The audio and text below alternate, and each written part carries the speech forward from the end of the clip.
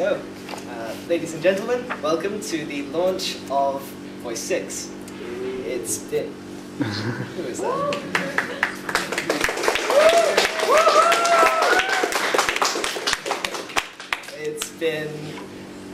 It's been a real roller coaster of a year, this one. We've had so many problems this year with files disappearing, people dropping out, hard drives blowing up, all sorts of problems really this year.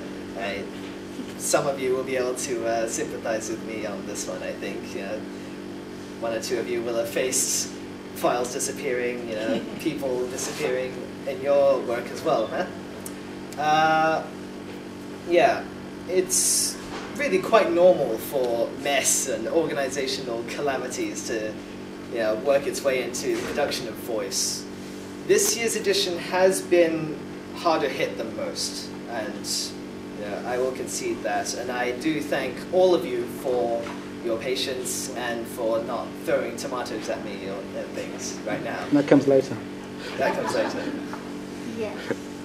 Well, on the topic of thanking people, I'd like to thank Miss Dorr for her enduring patience. She has been really important in this whole process. I'd like to thank our librarians for putting together this little launch party for us. I'd like to thank my VOiCE team as well, without whom I could have done very well.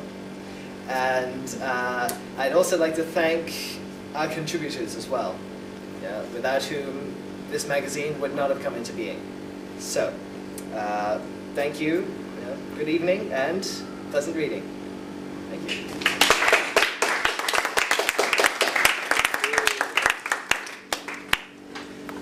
Sorry to announce this in such short notice, but... No clap for me?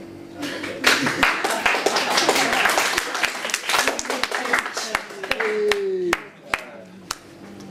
So, without further ado, embryo. It sits on screen, a steady mix of blood and chemistry in big bits. Fragile heart pumps 1, 2, 3, choking before it can even breathe. A capsule of unborn clarity. It dangles life in scarcity. Mother's love bloats the cells, soon to burst when time tells. They slowly split the groups of two. It's the only true thing left to do. Here's where nature takes them. End up, if there is no toll. No one knows that they could have been human like they should.